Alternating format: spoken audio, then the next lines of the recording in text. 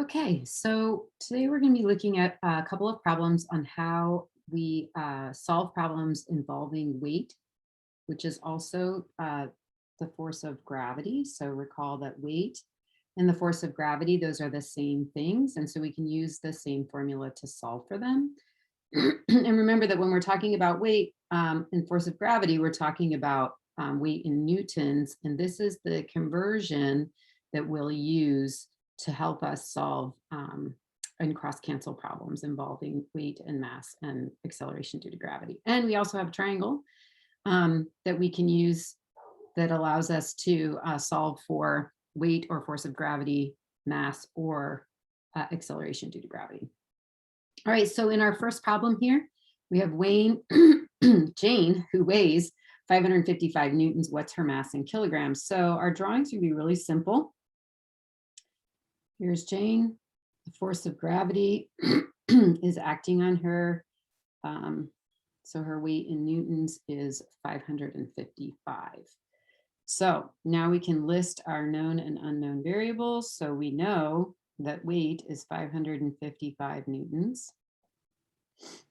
And acceleration due to gravity, since it doesn't say, we're going to assume she's on Earth. In some problems, you'll see that they'll give you different values for acceleration due to gravity, but she's on Earth.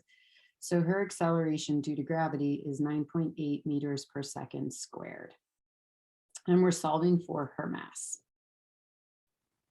So since we're solving for mass, we can come up to our triangle and we cover up the mass, which means we're going to have her weight divided by gravity. So we're going to put mass is equal to her weight divided by the acceleration due to gravity. All right, so I'm going to move this up a tad. Give myself some room. So now I can plug my values in. So we know that the weight is 555 newtons. And we know that acceleration due to gravity is 9.8 meters per second squared. So now I'm going to show you a little trick that's going to make the cross canceling easier. I'm going to take that newtons away. And because of this formula here, this conversion, I can substitute where it said newtons, I can substitute kilogram meters per second squared. And when I do that, that means that now I can cross cancel away these meters per second squared because I have one on top and one on the bottom, which is going to leave me with my kilograms, which is what I want since I'm solving for mass. So now it's just a simple division problem. 555 kilograms divided by 9.8 gives us an answer of 56.63. I'm rounding to 2 decimal places, kilograms as my final answer. All right, let's do one more. So in this problem, we're given the mass is 25 kilograms. So it's a really simple drawing. I have a little weight, oops. So it's 25 kilograms. That's my simple drawing.